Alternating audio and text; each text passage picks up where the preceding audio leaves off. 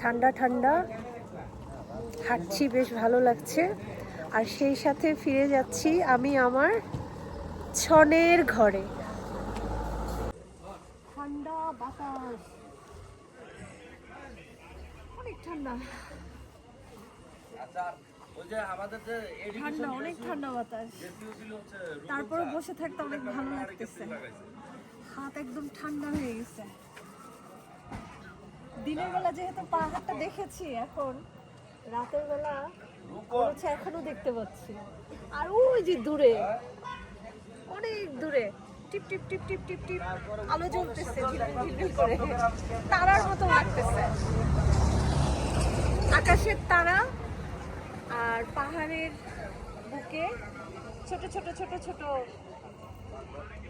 নিভু নিভু আলো জ্বলছে, টিপ টিপ টিপ টিপ।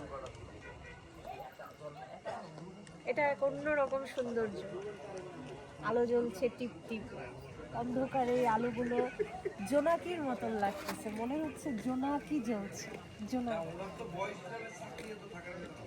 ঠান্ডা, সামনে পাহাড়, আকাশের তারা, সব মিলিয়ে দারুণ।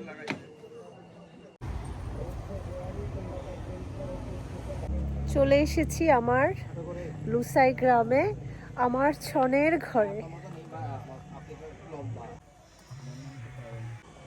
কি পরিমাণ বাতাস হচ্ছে, একটু গাছের পাতার দিকে তাকালেই বোঝা যায়।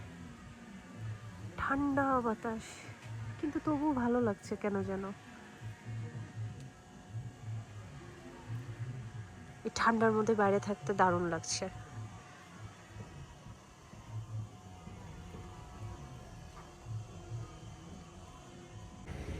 গাছের উপরে কেউ থেকেছেন কখনো? লুসাই গ্রামে থাকলে গাছে গাছে থাকার মজা পাবেন।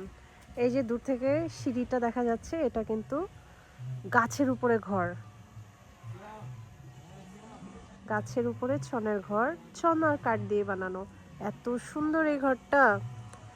লুসাই গ্রামে অনেক সুন্দর সুন্দর কাঠের আর ছনের ঘর আছে।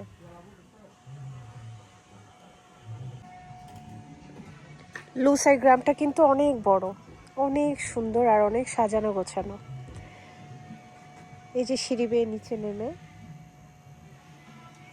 ছনের ঘরগুলো অনেক সুন্দর। আমার অনেক বেশি পছন্দের থাকার জায়গা হচ্ছে লুসাই গ্রাম আর এই ছনের ঘর।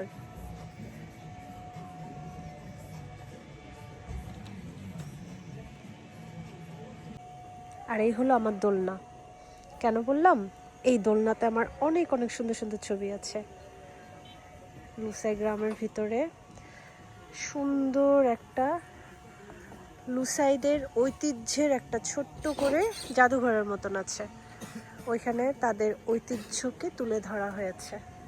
লুসাই গ্রামে ঘুরতে আসলে লুসাইদের ছোট্ট ছোট্ট কিছু ভাষা আছে, যেগুলো এখানে সুন্দর করে লিখে দেওয়া আছে। দারুণ। এর জীবন কেমন ছিল, তাদের পোশাক কেমন ছিল, তারা কিভাবে জীবন যাপন করত, লুসাই গ্রামে থাকার পাশাপাশি কয়েকটা ঘর, ছনের ঘরকে সুন্দর করে সাজানো হয়েছে তাদের ঐতিহ্যকে দেখানোর জন্য। সো লুসাই গ্রামে এসে ঘুরতেও পারবেন, থাকতেও পারবেন। অনেক সুন্দর।